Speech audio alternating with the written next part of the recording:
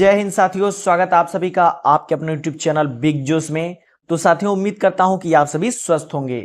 तो आज की क्लास में हम पढ़ने वाले हैं कुछ प्रश्नों के बारे में जो कि यूपी ट्रिपल एससी द्वारा आई हुई एजीटीए भर्ती के लिए बहुत ही इंपॉर्टेंट होने वाली है।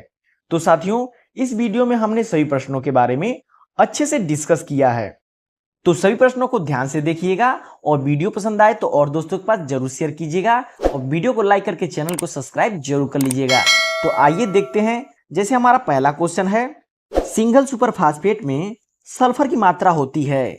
जो सिंगल सुपर फास्फेट होता है जिसे शॉर्ट फॉर्म में एसएसपी भी कहा जाता है, उसमें जो है सल्फर की प्रतिशत कितनी होती है? 8%, 12%, 16%, 20%। सिंगल सुपर फास्फेट में जो है कि सल्फर की मात्रा होती है वो 12% होती है, इसलिए हमारा राइट आंसर ऑप्शन बी हो जाएगा। नेक्स्ट क्वेश्चन देखते हैं। गन्ना में रैट्यूनिंग स्टंटिंग का कारण है। जो गन्ने में रैट्यूनिंग स्टंटिंग होता है उसका कारण क्या है? विषाणु, फफूंद, जीवाणु या फिर इनमें से कोई नहीं? तो इसमें हमारा राइट आंसर ऑप्शन ए हो जाएगा, विषाणु। गन्ने में रैट्यूनिंग स्टंटिंग का कारण जो है कि विषाणु है। आपकी बेहतर जानकारी के लिए बता दें कि गन्ने में रैट्यूनिंग स्टंटिंग बीमारी जो है कि गन्ने की पेड़ी फसल में देखने को मिलती है, जो कि वायरस के द्वारा फैलता है। किसके द्वारा? वायरस के द्वारा। अगर इसकी रोकथाम की बात करें तो इसकी रोकथाम जो है कि गर्म जल उपचार से किया जाता है, हॉट वाटर ट्रीटमेंट से। हॉट वाटर ट्रीटमेंट में हॉट वाटर का टेम्परेचर कितना होता है? तो टेम्परेचर हमारा होता है 50 डिग्री सेंटीग्रेड पे जो है कि 1 घंटे के लिए ये ट्रीटमेंट करते हैं। इससे अच्छा होगा कि रोग रोधी किस्मों की बुआई करें। जो है कि रोग रेजिस्टेंस किस्में होती हैं उनकी अगर बुआई करें तो सबसे बेटर होता है। तो यहाँ आपको 2 क्वेश्चन देखने को मिले, काफी इंपॉर्टेंट क्वेश्चन है। बढ़ते अपने नेक्स्ट क्वेश्चन की तरफ। जैविक खेती के घटक हैं। जैविक खेती के इन चारों में से कौन कौन ऐसे हैं जो घटक हैं? ऑप्शन ए है ऑर्गेनिक खादें, जैव उर्वरक, जैव कीटनाशी या उपरोक्त सभी। तो इसमें हमारा राइट आंसर ऑप्शन डी हो जाएगा, उपरोक्त सभी। क्योंकि जैविक खेती में किसी भी प्रकार के रसायन का प्रयोग नहीं किया जाता है, जैसे कि कार्बनिक खादें, जैव उर्वरक और जैव कीटनाशी। तो काफी इंपॉर्टेंट क्वेश्चन है। बढ़ते अपने नेक्स्ट क्वेश्चन की तरफ। यूपीएस 120 एक किस्म है। यूपीएस 120 एक किस्म है। किसकी किस्म है? गेहूं की, उर्द की, चने की या फिर अरहर की?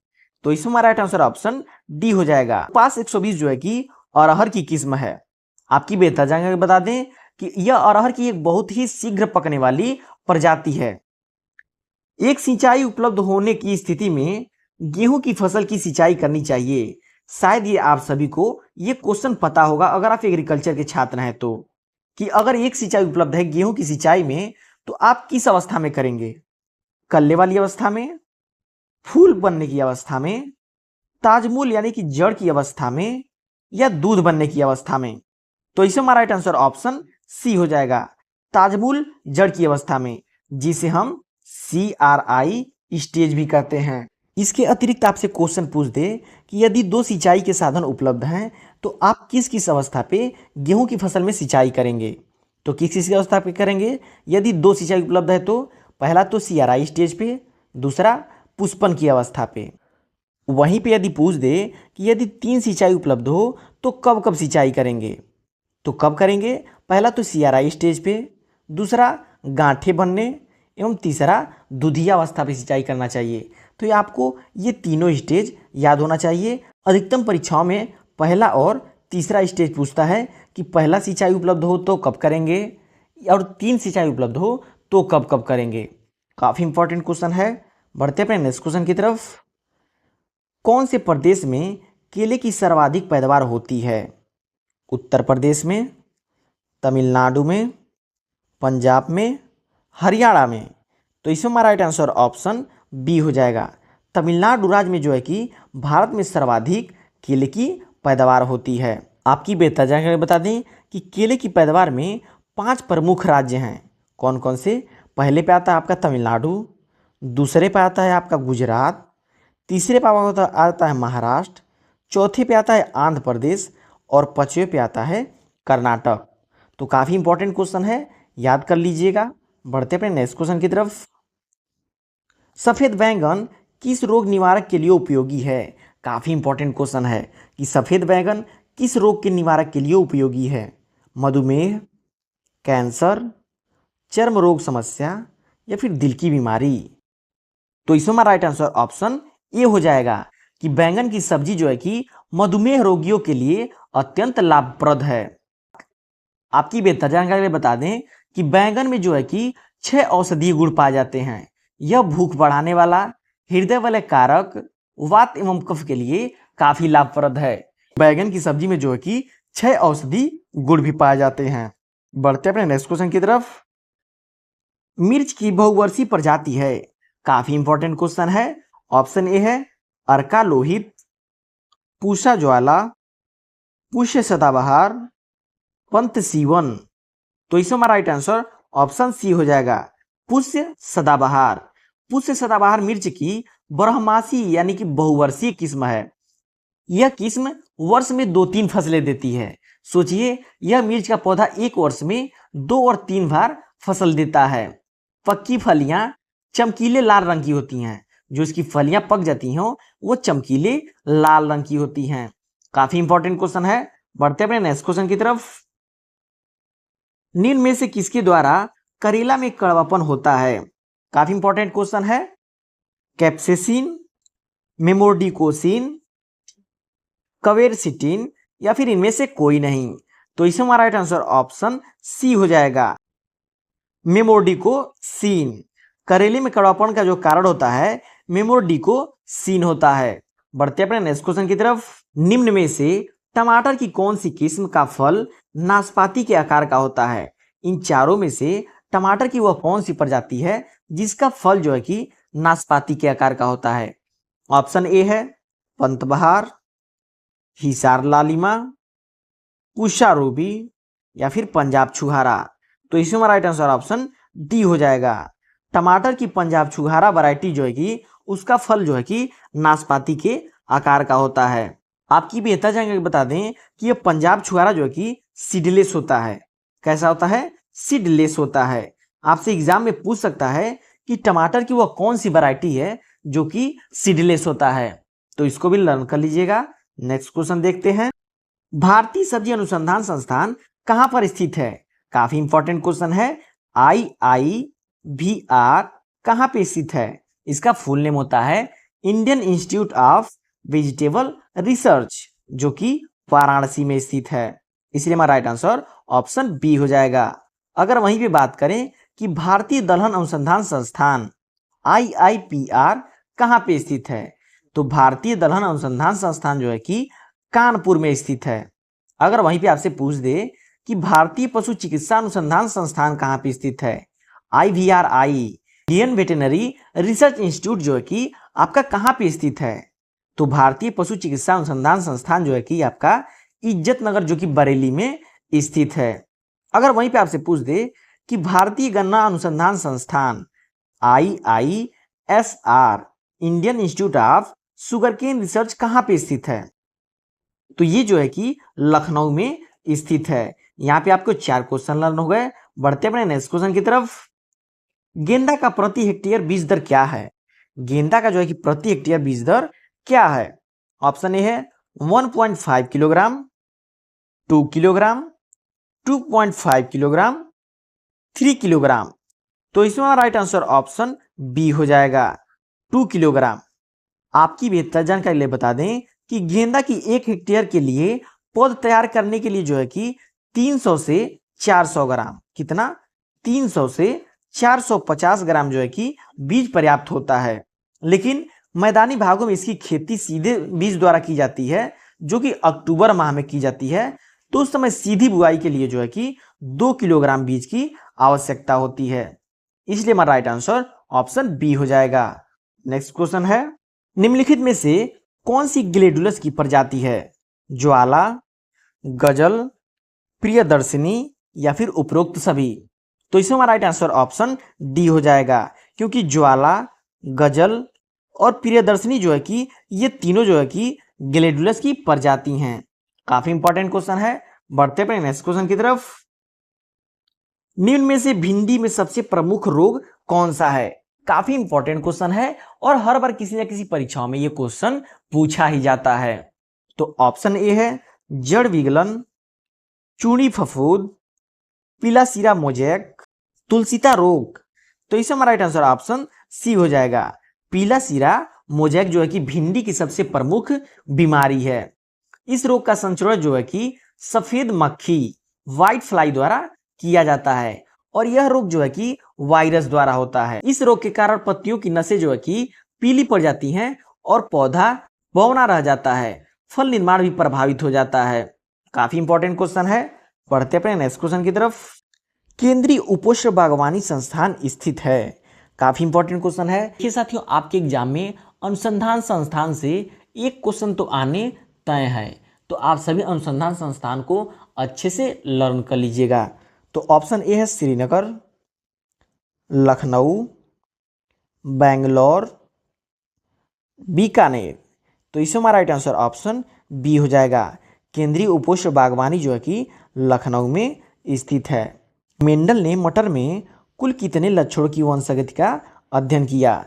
आप सभी को पता होगा कि मेंडल जी ने जो है कि मटर के पौधे को अपने परीक्षण में लिया था। तो वही बात इस क्वेश्चन में पूछ रहा है कि मेंडल ने मटर में कुल कितने लक्षणों की वंशागति का अध्ययन किया था? ऑप्शन ए है 5, 7, 9, 11। तो इसमें राइट आंसर ऑप्शन बी हो जाएगा। मेंडल ने मटर में कुल जो है कि 7 लक्षणों की वंशागति का अध्ययन किया था। वो 7 लक्षण कौन कौन थे? सीड। वो 7 लक्षण कौन कौन से थे? बीज की आकृति, बीज का रंग, फूल का रंग, फली की आकृति, फूल और फली स्थान या तने की लंबाई। तो ये 7 लक्षणों का जो है कि मेंडल ने मटर में अध्ययन किया था। बढ़ते अपने नेक्स्ट क्वेश्चन की तरफ। भारत में किस दलहनी फसल में पहली संकर प्रजाति विकसित की गई? ऑप्शन ए है मटर, चना, अरहर, मूंग। तो इससे हमारा राइट आंसर ऑप्शन सी हो जाएगा। भारत में जो है कि अरहर फसल में पहली संकर प्रजाति जो है कि विकसित की गई। वह पहली संकर प्रजाति कौन सी थी? ICPH8। काफ़ी इंपॉर्टेंट क्वेश्चन है क्योंकि आपसे एग्जाम में पूछ सकता है कि भारत में अरहर फसल में जो है कि पहली संकर प्रजाति विकसित की गई थी वह कौन सी थी, उसका नाम बताइए। तो वो जो है कि ICPH8 थी। नेक्स्ट क्वेश्चन देखते हैं। संकर प्रजाति विकसित करने में नरबद्धता लाइन को प्रदर्शित करती है। R line, B line, C line या फिर D लाइन। तो इसमें हमारा राइट आंसर ऑप्शन डी हो जाएगा। ए लाइन जो है कि संकर प्रजाति विकसित करने में नरबद्धता लाइन को प्रदर्शित करती है। काफी इंपॉर्टेंट क्वेश्चन है। बढ़ते अपने नेक्स्ट क्वेश्चन की तरफ। इक्री सेट किस देश में स्थित है? इक्री सेट जो है कि किस देश में स्थित है? Bharat, Australia, Philippines, Mexico. तो इसमें हमारा राइट आंसर ऑप्शन ए हो जाएगा। इक्री सेट जो है कि अपने भारत में स्थित है।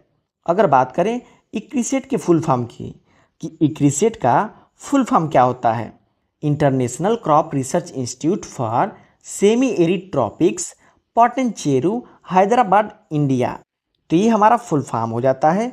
कभी कभी एग्जाम में आपसे फुल फॉर्म भी पूछ देता है, तो फुल फॉर्म को भी लर्न कर लीजिएगा। नेक्स्ट क्वेश्चन है, निम्नलिखित में से कौन खरीफ फसल नहीं है? इन चारों में से आपको बताना है कि कौन सा ऐसा एक फसल है जो खरीफ की फसल नहीं है। मूंगफली खरीफ की फसल है, मक्का खरीफ की फसल है, अलसी ये जो है कि रबी की फसल है, धान ये भी खरीफ की फसल है। तो हमारा राइट आंसर ऑप्शन सी हो जाएगा कि अलसी जो है कि खरीफ की फसल नहीं है। नेक्स्ट क्वेश्चन है, प्रेरित उत्परिवर्तनों का फसल सुधार में उपयोग कहलाता है। जो प्रेरित उत्परिवर्तनों का फसल सुधार में उपयोग होता है वो क्या कहलाता है? बहुगुणिता प्रजनन, उत्परिवर्तन प्रजनन, संकर ओज प्रजनन, मॉलिक्यूलर प्रजनन। तो इसमें राइट आंसर ऑप्शन बी हो जाएगा। उत्परिवर्तन प्रजनन। आप यहाँ क्वेश्चन से इसको समझ सकते हैं कि प्रेरित उत्परिवर्तनों में फसल सुधार में उपयोग होने वाला, तो प्रेरित उत्परिवर्तनों यानी कि उत्परिवर्तन प्रजनन, काफी इंपॉर्टेंट क्वेश्चन है। बढ़ते अपने नेक्स्ट क्वेश्चन की तरफ। म्यूटेशन नाम किस वैज्ञानिक ने दिया था? ऑप्शन ए है De Vries, Morgan, Beadle, Wolff. तो इसमें हमारा राइट आंसर ऑप्शन ए हो जाएगा। म्यूटेशन नाम जो है कि डी वरीज, जिन्हें कंप्लीट में हम जो है कि ह्यूगो डी वरीज भी कहते हैं। आपकी बेहतर जानकारी के लिए बता दें कि उत्परिवर्तन शब्द का सर्वप्रथम प्रयोग जो है कि ह्यूगो डी वरीज ने सन 1900 में किया था। काफी इंपॉर्टेंट क्वेश्चन है। बढ़ते अपने नेक्स्ट क्वेश्चन की तरफ। सल्फोसल्फ्यूरान किस फसल में एक प्रभावित कीटनाशी है? काफी इंपॉर्टेंट क्वेश्चन है। अरहर, धान, गेहूं या फिर उपरोक्त में से कोई नहीं। तो सल्फोसल्फ्यूरान जो है कि गेहूं की फसल में जो है कि खरपतवार नाशी के लिए काफी प्रभावशाली है। नेक्स्ट क्वेश्चन की तरफ। मक्का, अरहर सब फसली पद्धति के लिए सुरक्षित खरपतवार नाशी है। 2,4-D, सीमाजीन, atrazine, पेंडिमेथिलीन। तो इसमें हमारा राइट आंसर ऑप्शन डी हो जाएगा, पेंडिमेथिलीन। मक्का अरहर सब फसली पद्धति के लिए जो है कि पेंडिमेथिलीन खरपतवारनाशी काफी सही है। अगर बात करें सिर्फ मक्के की बात होती तो मक्के के लिए जो है कि सीमाजीन 100% यूजफुल होता है। तो ये भी आप याद रखिएगा। अगर सिर्फ मक्के के लिए पूछेगा कि मक्के के प्रति सुरक्षित खरपतवारनाशी, तो सीमाजीन आंसर हो जाएगा। और अरहर मक्का के साथ में बोया गया है, उस समय खरपतवारनाशी के लिए पेंडिमेथिलीन का यूज किया जाता है। इंपॉर्टेंट क्वेश्चन है। बढ़ते अपने नेक्स्ट क्वेश्चन की तरफ। क्रोमोसोम शब्द का प्रतिपादित किया था। क्रोमोसोम शब्द का प्रतिपादित किसने किया था? मेंडल ने सन 1984 में, वोल्डियर 1888, स्ट्रैसबर्ग 1875, मॉर्गन 1910। तो इसमें हमारा राइट आंसर ऑप्शन बी हो जाएगा। वोल्डियर 1988 ने जो है कि क्रोमोसोम शब्द का प्रतिपादन किया था। इंपॉर्टेंट क्वेश्चन है। बढ़ते अपने नेक्स्ट क्वेश्चन की तरफ। गुणसूत्र संरचना निम्न में से किसके द्वारा बदली जाती है? विस्थापन द्वारा, न्यूनता द्वारा, द्विगुणन द्वारा या उपरोक्त सभी द्वारा? तो इसमें हमारा राइट आंसर ऑप्शन डी हो जाएगा। गुणसूत्र की संरचना जो है कि न्यूनता, द्विगुणन, व्युत्क्रम, स्थानांतरण इन सभी क्रियाओं द्वारा बदली जाती है, जिसे गुणसूत्र विघटन भी कहते हैं। काफी इंपॉर्टेंट क्वेश्चन है। बढ़ते अपने नेक्स्ट क्वेश्चन की तरफ। आलू की पत्तियों की कटाई की जाती है प्राप्त करने के लिए। आलू की पत्तियों की कटाई की जाती है किस चीज को प्राप्त करने के लिए? गुणवत्ता युक्त बीज, अधिक उपज, बड़े केंद्र या फिर इनमें से कोई नहीं? तो इसमें हमारा राइट आंसर ऑप्शन ए हो जाएगा। आलू की पत्तियों की कटाई जो है कि गुणवत्ता युक्त बीज के लिए किया जाता है। आप बढ़ते अपने नेक्स्ट क्वेश्चन की तरफ। संकर ओज का अधिकतम दोहन किसके रूप में होता है? संश्लिष्ट द्वारा, संकर किस्में द्वारा, मिश्र किस्में द्वारा, बहुरेखित द्वारा? तो इसमें राइट आंसर ऑप्शन सी हो जाएगा, संकर किस्में द्वारा। संकर ओज का अधिकतम दोहन जो है कि संकर किस्मों के द्वारा होता है। आपकी बेहतर जानकारी लिए बता दें कि जीएच सल ने कौन? जीएच सल ने सन 1914 ईस्वी में जो है कि संकर ओज के लिए हेट्रोसिस शब्द का प्रयोग किया था। तो आपसे कभी कभी एग्जाम में पूछ सकता है कि हेट्रोसिस शब्द का प्रयोग किसने किया था? तो ये जीएच सल ने सन 1914 में हेट्रोसिस शब्द का प्रयोग किया था। काफी इंपॉर्टेंट क्वेश्चन है। बढ़ते अपने नेक्स्ट क्वेश्चन की तरफ। एक उन्नत प्रजाति का प्रारंभिक बीज कहलाता है प्रजनक बीज, आधारीय बीज, नाभिकीय बीज, प्रमाणित बीज? तो इसमें हमारा राइट आंसर ऑप्शन बी हो जाएगा, न्यूक्लियस सीड। न्यूक्लियस सीड जो है कि एक उन्नत प्रजाति का प्रारंभिक बीज कहलाता है। आपकी बेहतर जानकारी के लिए बता दें कि ऐसे बीज जो है कि प्लांट ब्रीडर के द्वारा उत्पन्न किए जाते हैं। चूंकि यह मूल बीज होता है इसलिए इसे न्यूक्लियस सीड भी कहते हैं। अगर बात करें इसमें आनुवांशिक शुद्धता की, तो इसमें आनुवांशिक सिद्धता जो है कि 100% पाई जाती है। आपसे एग्जाम में पूछ सकता है कि जो नाभिकीय एसिड होती है उनमें आनुवांशिक शुद्धता जो है कि कितने % पाई जाती है। तो आनुवांशिक शुद्धता जो है कि 100% पाई जाती है। नेक्स्ट क्वेश्चन है, बीज जीविता परीक्षण किया जाता है किसके द्वारा? टेट्राजोलियम परीक्षण, प्रथम काउंट परीक्षण, ब्रो आउट परीक्षण, या फिर उपरोक्त में से कोई नहीं। तो इसमें हमारा राइट आंसर ऑप्शन ए हो जाएगा, टेट्रोजोलियम टेस्ट।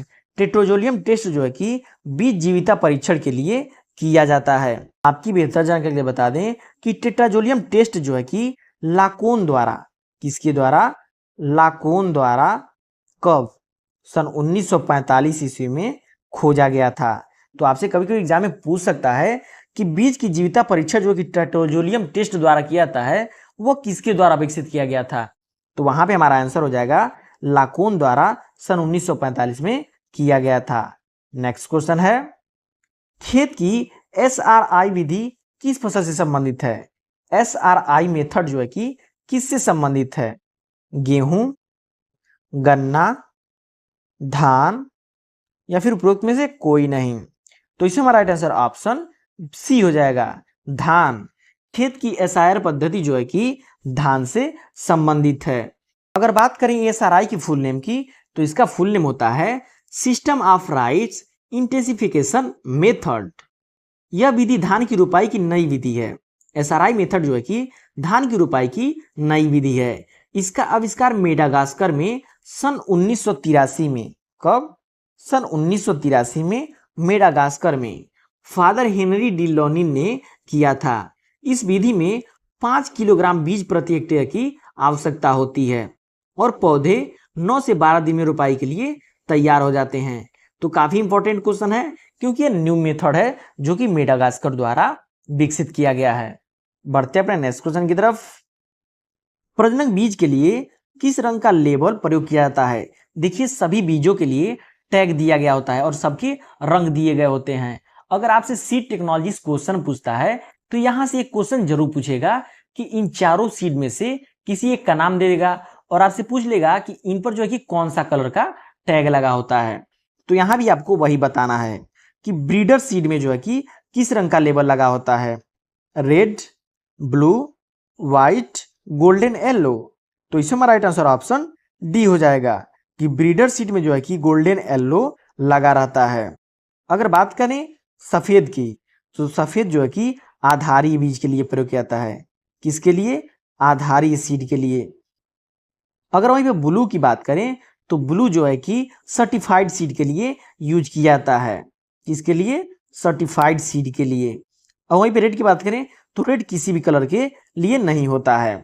तो यहां से आप 3 क्वेश्चन को लर्न कर सकते हैं कि breeder seed golden yellow, white आधारी, सर्टिफाइड ब्लू। अगर बात करें रजिस्टर्ड की तो रजिस्टर्ड सीड के लिए पर्पल रंग का टैग लगा होता है। बढ़ते अपने नेक्स्ट क्वेश्चन की तरफ। व्यवसायिक खेती के लिए किसानों को वितरित किया जाने वाला उन्नत बीज है प्रमाणित बीज, प्रजनक बीज, आधार बीज, नाभिकीय बीज। तो व्यवसायिक खेती के लिए किसानों को जो बीज दिया जाता है वो प्रमाणित होता है, सर्टिफाइड सीड होता है। इंपॉर्टेंट क्वेश्चन है। नेक्स्ट क्वेश्चन है, मृदा जल को धारण करने वाला बल है, जो मृदा जल को धारण किया रहता है वो कौन सा बल है? ससंजन, आसंजन, ससंजन और आसंजन दोनों, या फिर इनमें से कोई नहीं। तो मृदा जल को धारण करने वाला बल जो है कि ससंजन और आसंजन बल दोनों हैं। काफी इंपॉर्टेंट क्वेश्चन है। आपसे अगर एग्जाम में पूछ दे कि सासंजन बल किसे कहते हैं, आसंजन बल किसे कहते हैं, या फिर एग्जाम में आपको ऐसे क्वेश्चन दे देता है, आपको डिफिनेशन दे देता है और पूछता है कि इनमें से किसका डिफिनेशन है, तो यहाँ पे आपको ससंजन और आसंजन दोनों का डिफिनेशन जानना बहुत जरूरी है। तो ससंजन बल उसे कहते हैं जब समान अणुओं के बीच बल लगता है वो ससंजन बल होता है, और आसंजन बल वो आसंजन बल होता है जब विपरीत प्रकार के अणुओं के बीच जो बल लगता है उसे आसंजन बल कहते हैं। ससंजन बल का एग्जाम्पल हो जाएगा H2O, जो कि समान अणु होते हैं, एक दूसरे से बंधे हुए होते हैं। और वहीं पे आसंजन बल का हो जाएगा, तो यहाँ पे इसका एग्जाम्पल हो जाएगा soil plus water, soil plus water. ये दोनों विपरीत तड़ु होते हैं और एक दूसरे से बंधे हुए होते हैं। इंपॉर्टेंट क्वेश्चन है। नेक्स्ट क्वेश्चन देखते हैं। मार मिट्टियां किस क्षेत्र में पाई जाती हैं? गोरखपुर क्षेत्र में, बुंदेलखंड क्षेत्र में, फैजाबाद क्षेत्र में या फिर कानपुर क्षेत्र में? तो इसमें हमारा राइट आंसर ऑप्शन सी हो जाएगा। मार मिट्टियां जो है कि बुंदेलखंड क्षेत्र में पाई जाती हैं। बुंदेलखंड की मृदाओं का निर्माण जो है कि नीस, ग्रेनाइट आदि खनिजों के साथ हुआ है, इसलिए इसे मार मृदा भी कहा जाता है। नेक्स्ट क्वेश्चन है। सामान्य मृदा का CN अनुपात होता है। देखिए मोस्ट इंपॉर्टेंट क्वेश्चन है जो सभी एग्जाम में आने की 100% संभावना रहती है। सामान्य मृदा का CN अनुपात कितना होता है? ऑप्शन ए है 10:1, 15:1, 20:1, 30:1। इसमें हमारा राइट आंसर ऑप्शन ए हो जाएगा कि सामान्य मृदा में CN अनुपात जो है होता है 10:1 होता है। काफी इंपॉर्टेंट क्वेश्चन है। क्षार भूमि में pH मान होता है 6, 7, 8, 9। तो क्षारीय भूमि का जो है कि pH मान 9 होता है। काफी इंपॉर्टेंट क्वेश्चन है। तो साथियों ये रहे आपके UP AGTA के लिए मोस्ट इंपॉर्टेंट क्वेश्चन। तो आई होप आप सभी लोग को सारे क्वेश्चन अच्छे से समझ आए होंगे और लर्न हो गए होंगे। तो वीडियो पसंद आया हो तो लाइक जरूर कीजिएगा। चैनल को अभी तक सब्सक्राइब नहीं किया तो सब्सक्राइब जरूर कर लीजिएगा, क्योंकि मैं डेली आप सभी AGTA एक्सपीरियंस के लिए ऐसे क्वेश्चंस लेकर के आता रहता हूं।